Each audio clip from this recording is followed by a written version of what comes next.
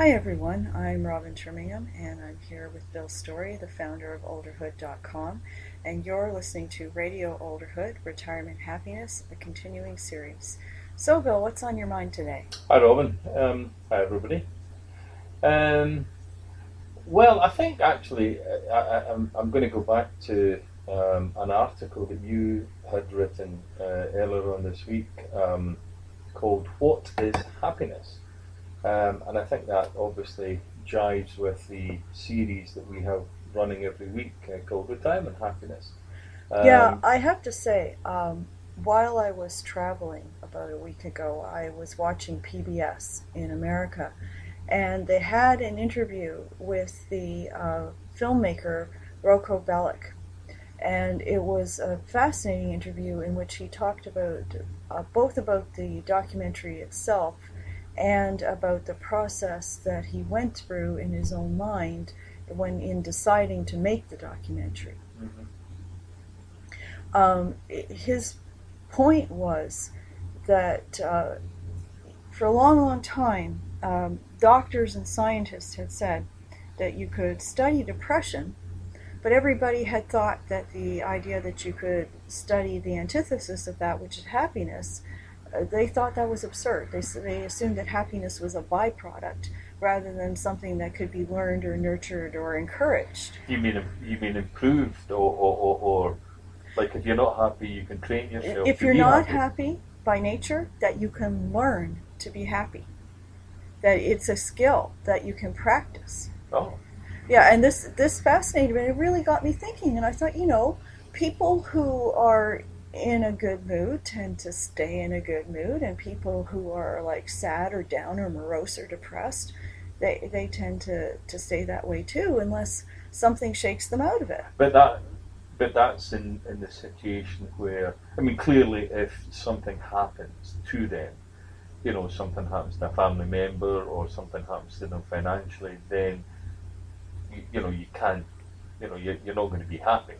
You're going Well, to be no, of course. upset. I mean, everybody is going to have the occasional bad day, bad news, bad Right. experience, but it's your choice how you interpret these things and how you internalize them, and then how you get on, climb out of it, get over it, and get on with it. So generally speaking, things are, fairly stable in your life, then you can improve the sort of so-called happiness level. Is Well, that what you're saying? even if you're not happy, for example, one part of the film talks about the fact that in Japan, there is such an overemphasis on working hard that died of hard work is actually now listed as a cause of death on a lot of death certificates in Japan.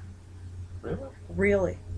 But again, when And you because these people didn't ever take time to have a life, enjoy their life, appreciate what they have, be happy with what they had, all they ever did was work, work, work, work, work. But that would be, I guess you would say, like stress related. I mean, for example, I guess I'm thinking about, a guy who works in a building site, manual physical labour. Then, I mean, obviously, if he overdoes it, then I can understand that. But I think this fella's talking more about the stress related type of thing, is he? The office or the working in a hospital or Well, he has police or stuff like that. stories and interviews from real people all over the world who, on the surface of things, you would go, this person lives in miserable circumstances. How could this person be happy? And yet, these people are innately happy, and they appreciate their opportunity to walk the earth and breathe the air, and the family that they have around them, or whatever the case may be. And their outlook is flat out happy. you know, and what he learned from making the documentary, which took him 4 years of going around the world and doing these interviews and part of it is scientific and medical, and part of it is just talking to real life people in the street, was that after you have satisfied the need for food and shelter, happiness has very little to do with materialism. That there are lots of miserable millionaires out there, and conversely, there are lots of people living what to the Western world is a very simple existence who are truly happy people. And some of the happiest people in the world, some of the happiest nations statistically, are not wealthy nations. Well, I think we're seeing that at the moment with, the World Cup has started in Brazil, and we're enjoying that.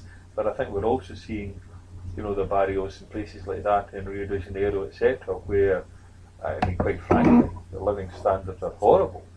But thanks to things like football, soccer, to those who don't understand, then these people are really, pretty happy because they're let out. The valve that they use to get out of that situation is watching football, enjoying football. I think that's fantastic. Yeah, I think it's a matter of choosing your outlook and how you're going to be. Because there are certain things you can change about your situation and certain things not so much.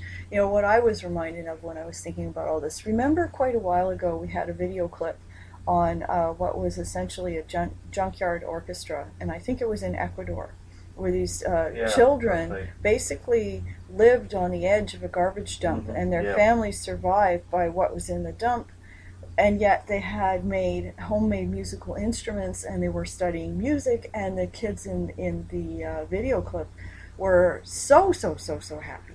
Yeah. No, I do remember that. That was very inspiring. So I think maybe that's a good place to stop for today.